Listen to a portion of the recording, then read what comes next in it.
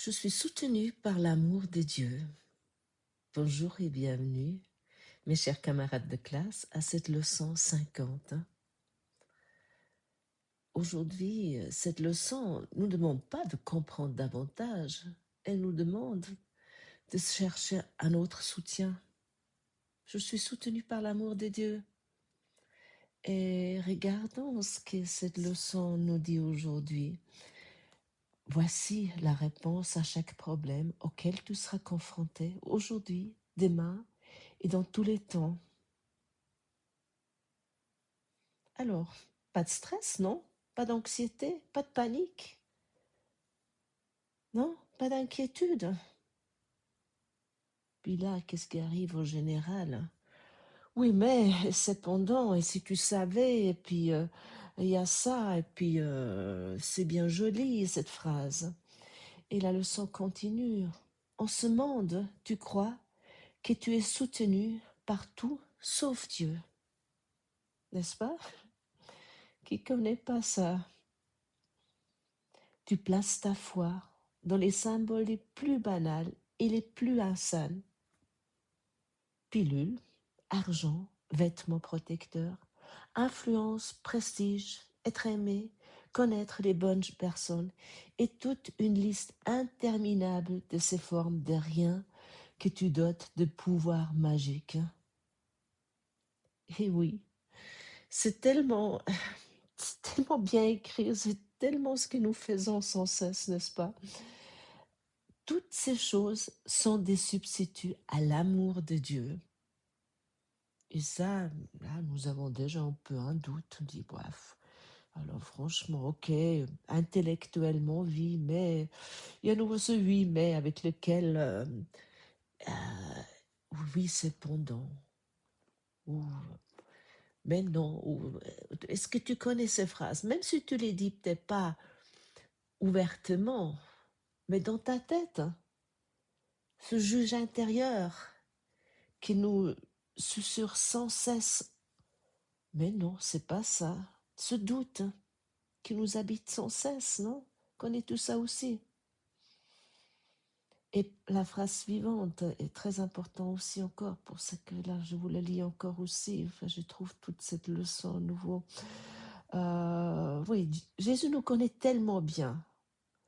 Toutes ces choses sont chéries pour assurer l'identification au corps.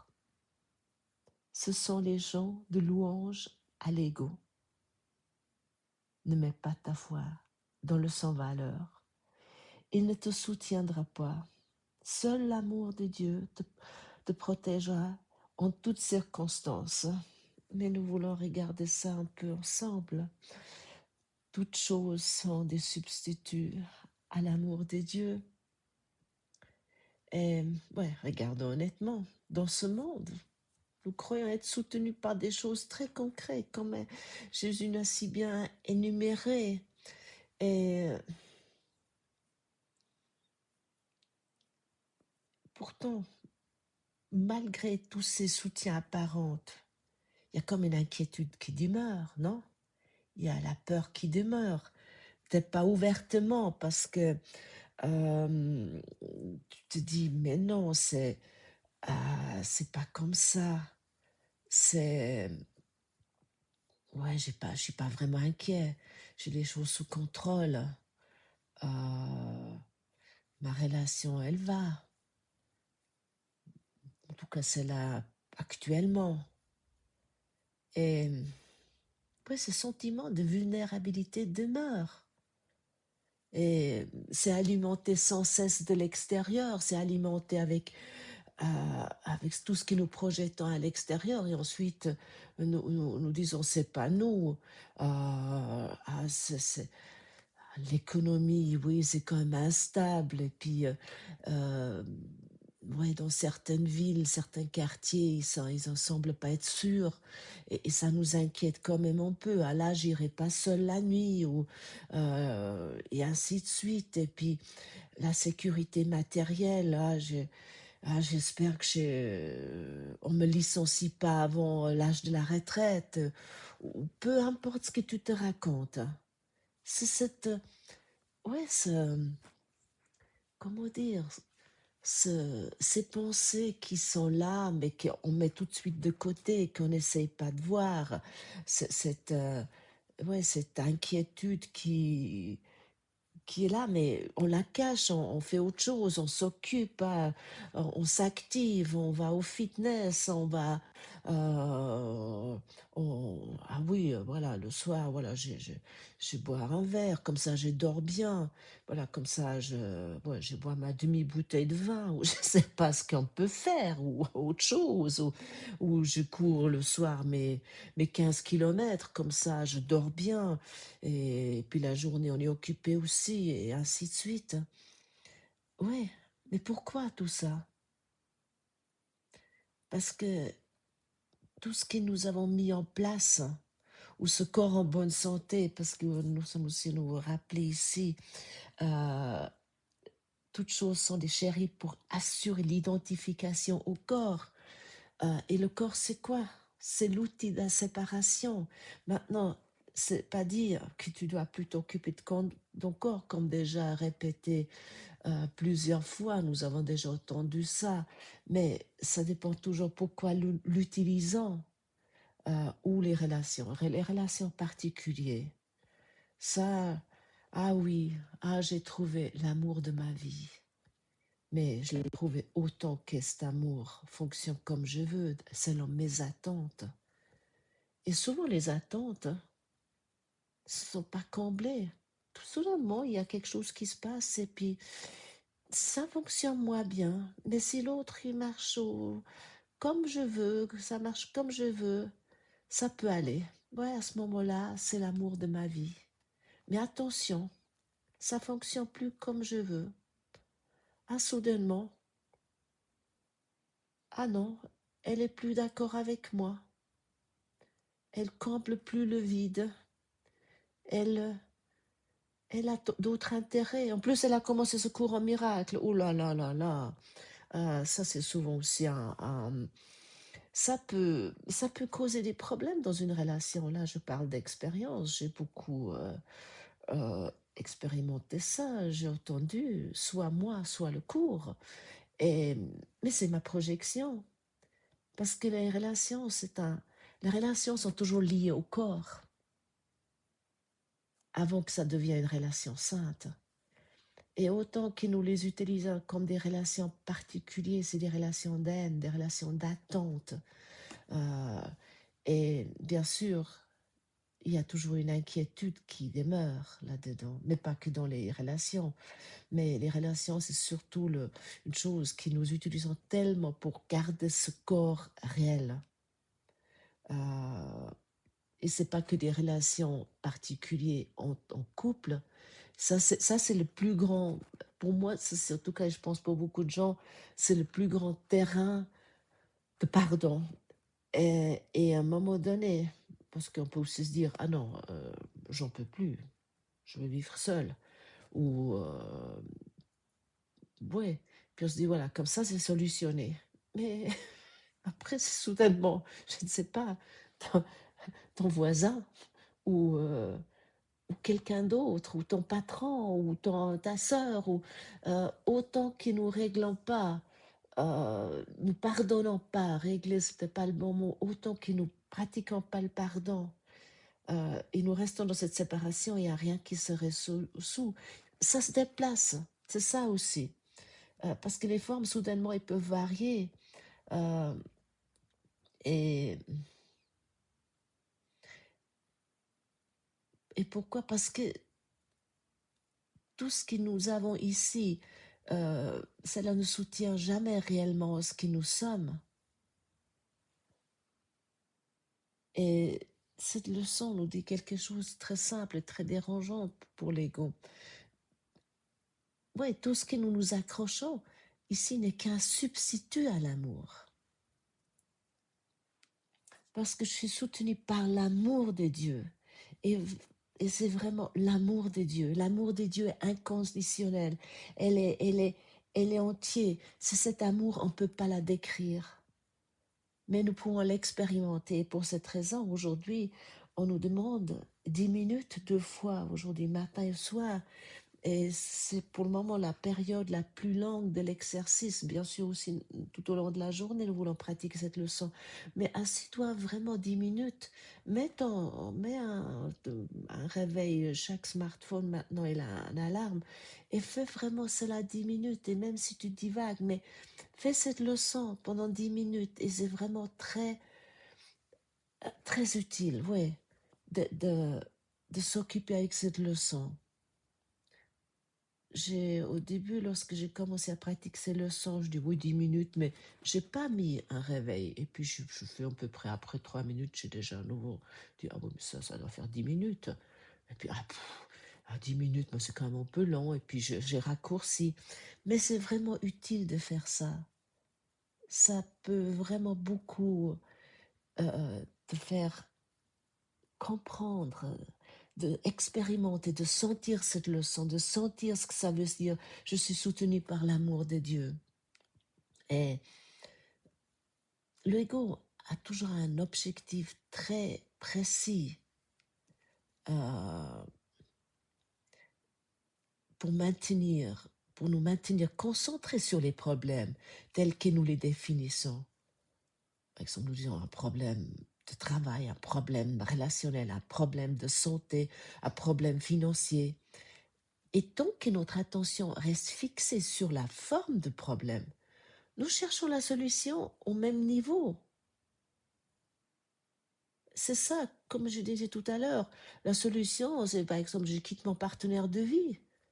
Et comme ça, c'est solutionné. Bien sûr, si tu es vraiment dans une relation toxique et tu sens vraiment que c'est quelque chose qui est insoluble et puis que chaque instant est difficile, à ce moment-là, quitte peut-être la relation, j'en sais rien. Moi, je peux rien te conseiller.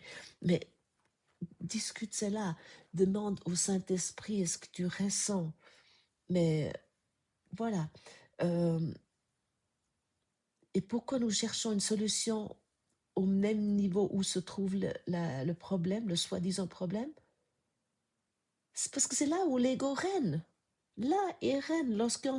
On veut solutionner le problème, maintenant tu vas me dire, mais tu me dis, oui, mais ça se contredit ce que tu dis, Ruth Maria, de ne pas quitter une relation à ce moment-là, d'essayer de solutionner le niveau au problème relationnel. Mais avec le Saint-Esprit, si moi j'essaie de le solutionner, on me dit oui, ah oui, alors on va avoir cette discussion maintenant. Moi, je vais maintenant discuter sur le problème. Puis on va arranger ça comme ça. On va avoir des chambres à coucher séparées et ça ira mieux. Et puis ainsi de suite. Et puis, mais si je solutionne pas le problème qui est la séparation et j'ai fait pas mes pardons, je peux bricoler une relation pendant 35 ans et rien se solutionne. On fait tout le temps que des trêves ou des arrangements où on enterre pendant un moment l'âge de guerre, mais on sait exactement où elle est, et puis hop, on la sort comme un chien, un os pourri sous la terre. Et non, c'est le pardon à ce moment-là. Et le pardon, c'est se souvenir qui je suis, mais qui est aussi la personne en face, la personne qui est soi-disant le problème. Et c'est la même chose avec tout, que ce soit financier, que ce soit la santé, que ce soit le travail. C'est le pardon qui est la solution. Et en se souvenant que toi et moi, nous sommes soutenus par l'amour de Dieu. Et, et c'est pas le problème qui doit être solutionné, non, qui doit être résolu. C'est l'interprétation du problème qui doit être regardé à la lumière de l'amour. Et la lumière, l'amour de Dieu en toi, que tu n'es pas séparé, parce que tu es soutenu et que tu es un avec ton Père. Nous sommes un avec notre source. Là, parce que l'amour de Dieu en nous ne lutte pas contre les difficultés, ne les combat pas. Il est dessous en silence, simplement. Et parce que nous Ce qui nous appelle à un problème contient toujours une seule chose, la séparation, la culpabilité dans l'esprit, la croyance d'avoir fait quelque chose de mal, ou l'autre, bien sûr, aussi, ça c'est encore... mais c'est avant tout, la finalité, c'est la croyance d'être séparé, et la croyance de devoir se débrouiller seul. C'est ça surtout. Et si je suis soutenue par l'amour de Dieu, et je me souviens de ça, et à ce moment-là, je n'ai pas besoin de me débrouiller seule. Et dans le paragraphe 3, il dit, ne mets pas ta foi dans les illusions, elles te décevront, mais te décevront toujours. Mets toute ta foi dans l'amour de Dieu en toi, éternel, inchangeable, infaillible à jamais. Est-ce que ça, c'est pas une bonne nouvelle? C'est une déclaration de délivrance de la croyance en les idoles. Mais pour cela, je dis mais oui, il faut vouloir. Il faut vouloir, il faut cette petite volonté, cette petite détermination d'abandonner cette idée aux croyances en les idoles, aux croyances à ce qui va nous solutionner, qui va nous sauver, et ce qui, où nous avons mis la foi jusqu'à présent. Et c'est vraiment ici dit sans nuance, ne mets pas ta foi dans les illusions. Et pas parce qu'ils sont dangereux, non, comme je viens de dire, parce qu'ils nous déçoivent tout le temps, toujours.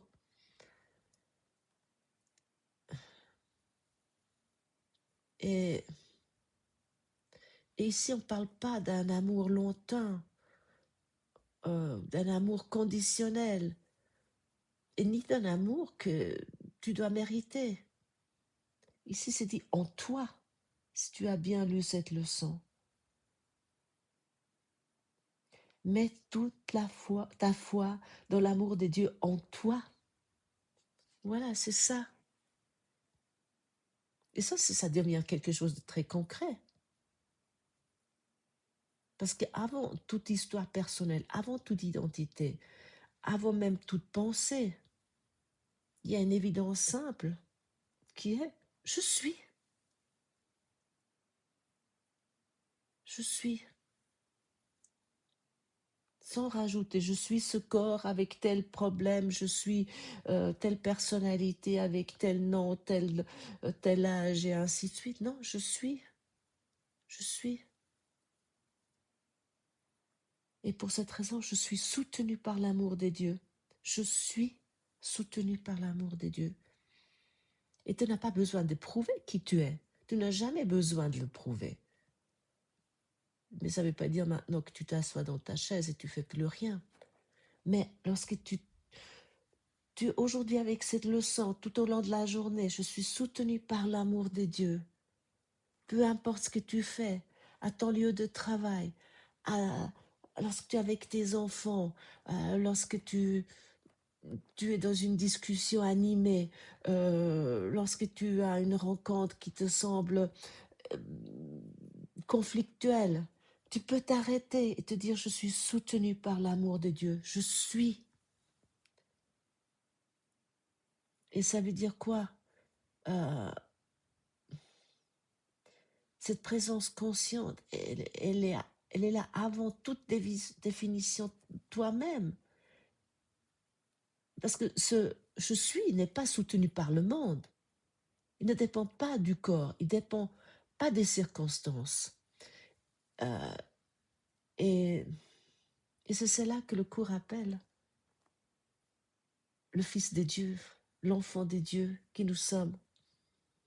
Et même lorsque nous reconnaissons cela, même fugitivement, quelque chose se détend profondément. Et peut-être là, soudainement, tu réalises que tu n'as jamais porté ta vie seule. Parce que je pensais à ce matin parce que je savais le titre de cette leçon déjà avant de l'avoir lue, parce que la leçon 50, j'ai une amie qui a fait des porte-clés avec cette leçon. Je suis soutenue par l'amour des dieux. D'ailleurs, elle les a fait dans toutes les langues. Elle est d'origine suisse alémanique, donc elle les a fait en allemand. Donc en Suisse, nous avons déjà 3 langues, enfin, en fait 4, l'allemand, le français, l'italien et puis le romanche que personne connaît, mais je ne vais pas vous faire une explication. C'est une toute petite minorité, mais elle les a fait aussi encore en anglais et en espagnol. Et j'ai ce, j'ai ce porte-clés sur tous mes clés, sur, j'ai- sur tous mes clés de voiture et puis ouais, sur ma clé de la porte d'entrée. Et pour cette raison, c'est une leçon qui me porte avec ça à chaque moment. Euh, et, et pour cette raison, lorsque j'étais aujourd'hui encore au lit, je me suis dit, oui, je suis soutenue par l'amour de Dieu. Et ça a toujours été ainsi, même s'il y avait des moments où ça n'avait pas l'air d'être ainsi. Mais il m'a porté dans tout ce qui est arrivé. Autrement, je ne serais pas là, parce que même si vous dites peut-être, ouais, mais elle a l'air très sympathique sur son site web, je pense qu'elle a une vie très agréable, sa vie a toujours été facile. Je connais les moments les plus profond de désespoir, euh, de douleur, de tristesse. Je connais ça très très bien aussi. Euh, et, mais j'ai toujours été soutenue par l'amour des dieux.